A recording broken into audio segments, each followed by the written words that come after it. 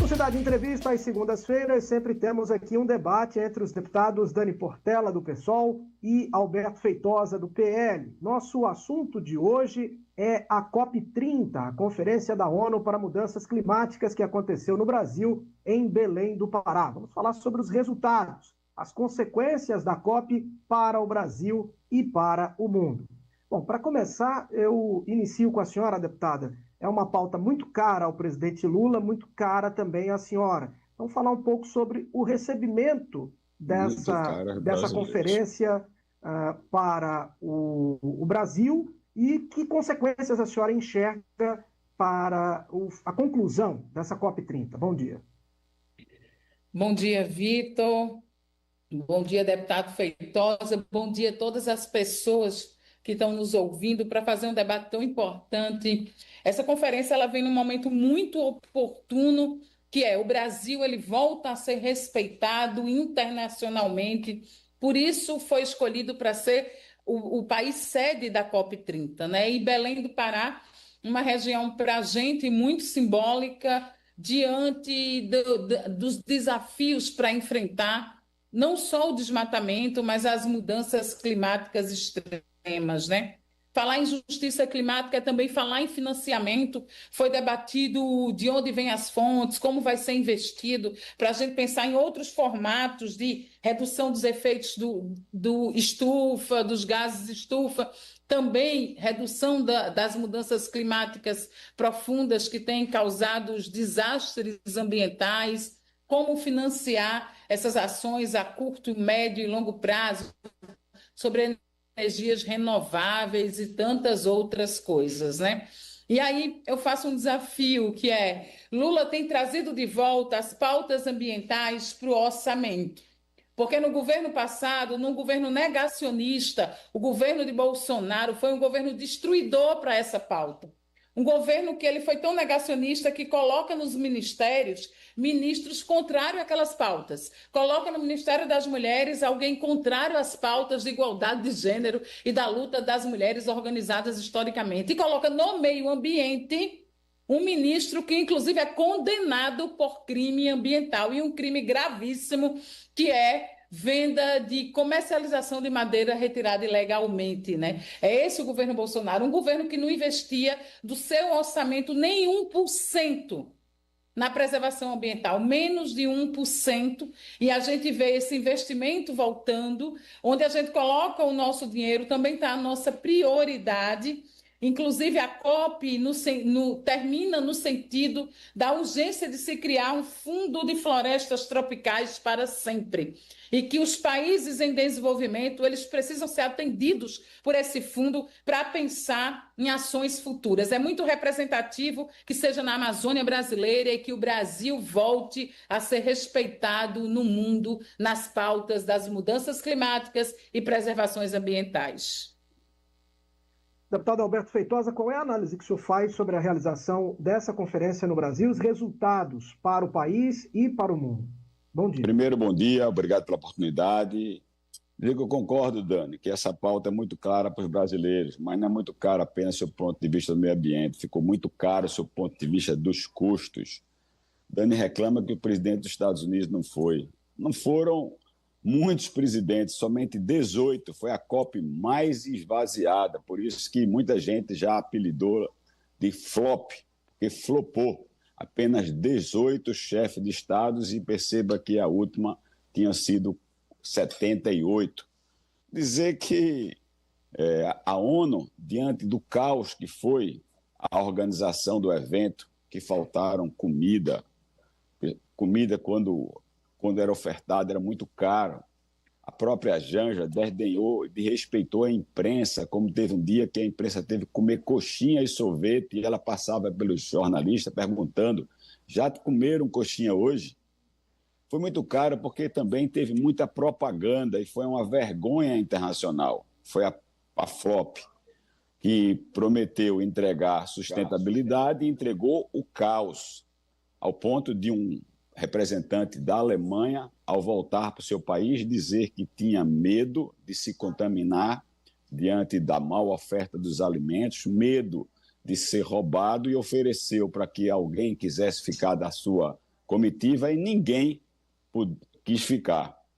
Então, de vez de entregar sustentabilidade, Dani, entregou o caos. Dizer que Lula desdenhou e passeou de barco, gastando quase 4 mil litros de diesel queimando em plena Amazônia, e a sua Janja, que disse que as pessoas falam idiomas e não idiomas, e que era atora e não atriz, ela também dançando, e quando no Rio de Janeiro se contava os mortos. Por fim, dizer que o esvaziamento não só foi de gente lá de fora, foi de gente também aqui do Brasil. Apenas alguns governadores do Nordeste, todos, logicamente, do PT, compareceram. Então, é desse jeito que foi a COP. Tratou a Amazônia como cenário e não território. A Amazônia, que hoje é 67% do seu território dominado pelo crime organizado no tráfico de ouro, madeira e droga e animais. Dizer que muito pouco se avançou nas discussões, pois a própria ONU já lavou as mãos, dizendo que a organização e o resultado da FOP depende apenas e unicamente do Brasil, onde ela não assume a participação em nada. E um painel interativo, pois o painel, o espaço que era no dia da consciência negra, pega fogo, e aí eu acho que foi a parte mais interessante dos organizadores.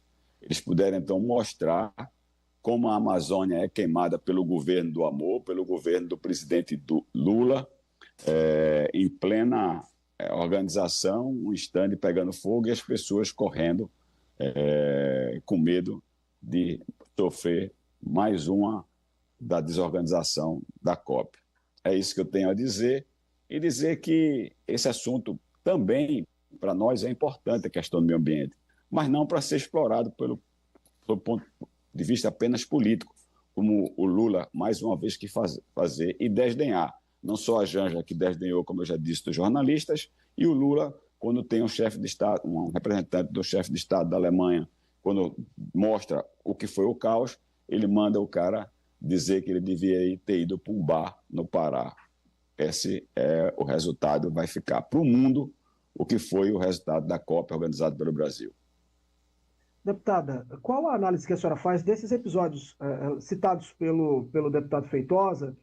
No começo nós tivemos, inclusive, uma queixa da ONU quanto à organização, tivemos esse episódio do chanceler da Alemanha falando sobre Belém, que também repercutiu internacionalmente, e o incêndio que tivemos registrado na quinta-feira. O Brasil falhou na organização da COP, deputada? Olha, eu tenho que organizar meu pensamento, porque depois de ouvir Feitosa, é comum que Feitosa vai para o lado A, vai para o lado B, vai para o lado C, mas não respondeu às provocações que eu fiz no início. Primeiro é dizer o que é que ele acha pelo fato do presidente que ele tanto defende, hoje condenado em breve, muito breve, presidiário Bolsonaro, ter escolhido como ministro do Meio Ambiente alguém que responde por inúmeros crimes ambientais. Feitosa falou que a Amazônia hoje é dominada pelo crime organizado. Um crime organizado parece bem próximo do ex-ministro Ricardo Salles, né? Que inclusive agora em dezembro ele vai ser ouvido por extração ilegal de madeira e venda ilegal de madeira e desmatamento, né? Então, isso é uma coisa que a gente fala pouco. Os investimentos, é importante a gente dizer que investimento traz prioridade. Como disse, o governo de Bolsonaro investiu apenas 0,16%. Isso mostra que nunca houve prioridade no que é tão importante não só para o Brasil, mas para o mundo. É inegável que eu não pude estar na COP, infelizmente, mas foram algumas pessoas do nosso gabinete que são ambientalistas e que trabalham com a pauta racismo ambiental e justiça climática. E os relatos é que realmente é um evento muito grande. A cidade de Belém comportou com algumas limitações, mas, inclusive, teve uma COP paralela dos movimentos sociais organizados. E, apesar de alguns problemas, a COP fluiu. Tá? A questão do incêndio, pelo que eu acompanhei só pela mídia, não conheço ninguém que estava lá, foi rapidamente debelado. Isso não teve nenhuma vítima, ninguém machucado, nem aquilo se expandiu muito. E é meio a gente apostar para dar errado, apostar para essa narrativa, inclusive meio xenofóbica, né? Você vem para um lugar que é quente, num país tropical, numa época. E aí é para mostrar mesmo essas amplas desigualdades que existem no Brasil. O Brasil é um país que a gente tem que falar no plural, existem vários Brasis, vários territórios. A gente está falando da região norte. Se a gente olha para a história do nosso país, infelizmente, a região norte e nordeste, ao longo da história, ela tem menos investimentos do que a região sul-sudeste. E mesmo nas regiões sul-sudeste, para receberem eventos grandes, como no passado, vamos dar exemplo, estou nem falando da COP, estou falando da Copa do Mundo de Futebol. Tiveram que passar por mudanças estruturais profundas para receber eventos de grande porte. Não só no Brasil, outras cidades do mundo também precisam passar por essas adaptações para receber. Belém foi ali na raça, com certeza pessoas tiveram problema para comportar tanta gente vindo do mundo inteiro numa cidade como Belém, mas a gente não pode reduzir um evento da importância da COP, da complexidade da COP30 e do tamanho dos desafios para o futuro. A gente está falando de debate que vai falar sobre a existência do nosso planeta, né? O nosso único planeta, não tem outro. Como é que a gente vai cooperar mundialmente para que a gente possa baixar as emissões de carbono, ter energias renováveis, preservar a nossa fauna e a nossa flora, principalmente água potável? A gente tem uma das maiores fontes de água potável do mundo. A gente está falando da importância da floresta amazônica. Não dá para reduzir toda essa pauta à criminalidade, não dá para reduzir toda essa pauta a isso. Agora, é importante falar de que essa COP ela chama atenção para duas coisas fundamentais: territórios quilombolas e territórios indígenas. A maioria das grilagens e do garimpo ilegal se dá frente ao avanço a autorizações que ampliaram muito no governo Bolsonaro. Eu não tenho como não falar de Bolsonaro, Feitosa, porque foi o pior governo dos últimos anos da história do país. Um governo que não tinha política para nada, que gastava sim o dinheiro, passeando de jet ski enquanto as pessoas morriam, esperando fila na Covid-19, enquanto as pessoas passavam fome, brigando por resto de osso, de carcaça de galinha, estava andando de motociata, negando a vida, negando a vacina a tanta gente. Não tem como não falar de Bolsonaro, porque é a nossa pior referência e a gente precisa comparar para mostrar que o Brasil saiu de um período de trevas e está entrando de novo num período de recuperação, inclusive da imagem frente ao mundo. A gente passou a ser uma vergonha, né? E aí, veja, ao todo, o incêndio que Feitosa propagou não durou mais do que 6 minutos. Rapidamente ele foi debelado. E Feitosa, sinto muito você externar aqui publicamente o seu preconceito linguístico, corrigindo a primeira-dama em relação ao português. A gente está falando num país que lidera, infelizmente, entre os países do mundo com maior número ainda de pessoas analfabetas. A gente tem que pensar no seguinte, de o que é que a gente pode... Veja, isso é um tema importante que não pode ser da esquerda e da direita. A COP é importante para o mundo. Quais os desafios que nós temos e como o Brasil pode se somar a esses desafios, enfrentando as mudanças climáticas e entendendo que isso tem a ver com racismo ambiental. Quem são as comunidades que mais sofrem com esses eventos climáticos extremos? Como é que a gente preserva os territórios indígenas, os territórios quilombolas, que mais ajudam na preservação do meio ambiente? Como é que a gente amplia a demarcação desses territórios? Como é que a gente amplia a demarcação de territórios quilombolas? Como é que a gente avança em pautas que não são só importantes para o Brasil, mas são importantes para o mundo? Deputado Alberto Feitosa, o senhor, claro, pode responder a deputada Dani, mas gostaria de acrescentar aqui, o senhor fez várias críticas à COP, queria que o senhor então apresentasse o que o senhor acredita que poderia ter sido feito diferente para que o evento chegasse a outro resultado, resultado potencializado. Bom, primeiro eu queria responder algumas coisas de Dani, dizer que o jet ski que o Bolsonaro andava era de propriedade dele e o combustível era pago com dinheiro do bolso dele. O iate de luxo que Lula trouxe desde o estado do Amazonas até o Pará, queimando óleo diesel e alugou, foi com dinheiro dos brasileiros, e não foi pouco. O iate que Janja dançou lá enquanto as mães do Rio de Janeiro choravam. Depois, dizer que essa questão que eu falo da Janja é porque ela se sobrepõe como representante dos brasileiros e envergonha os brasileiros cometendo gafes, não só gafes cognitivas, como um idioma e atora, mas como também desdenhando dos jornalistas quando os jornalistas não tiveram alimentos, de respeitando. Então, essa é a postura. Depois eu fico muito impressionado, porque mesmo falando a palavra Bolsonaro 12 vezes, só faltou mais uma para ser 13, e ela não esquece, é uma prática normal no discurso de Dani, ela também não diz que o próprio Bolsonaro, no debate de Lula, pediu para Lula dar um Google sobre áreas queimadas da Amazônia. E isso se repetiu agora em 2024, quando houve um aumento de 79% de áreas queimadas da Amazônia, um total de 30 milhões de hectares, no governo de quem? No governo do presidente Lula. Então, na verdade, pífia a atuação da Marina da Silva, que teve, inclusive, agora que amargar mais uma vez a autorização de exploração de petróleo lá, que ela fez a campanha a vida toda dizendo que é contra. Então, esses são os dados. Agora, primeiro, deveria discutir a questão da Amazônia, como eu já disse, bem claro, como Bolsonaro colocou lá na ONU, que a Amazônia é território brasileiro. Acabar com essa reorganização que houve, a questão das ONGs, que dominam todo o território. Aquele território ali, Lula fala tanto de soberania, mas aquilo não é dominado pelos brasileiros, nem pelo governo brasileiro.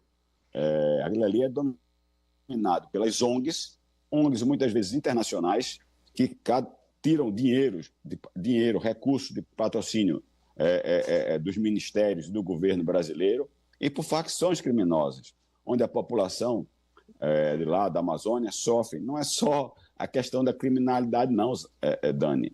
E que pena que você não pôde ir para constatar. Eu conheço bem a Amazônia e conheço também o Pará e Belém.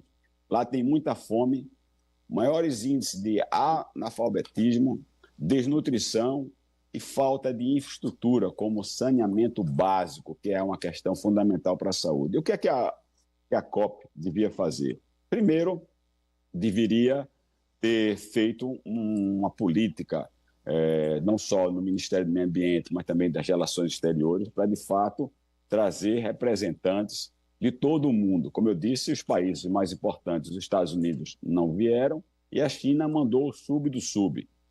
A coisa foi tão ruim que o Reino Unido e a China já disseram que não vão participar. A ONU saiu. Então, o que é que poderia ser feito de diferente? Tudo. E as discussões tinham que ser muito menos sob o ponto de vista político e muito mais sob o ponto de vista de eficiência.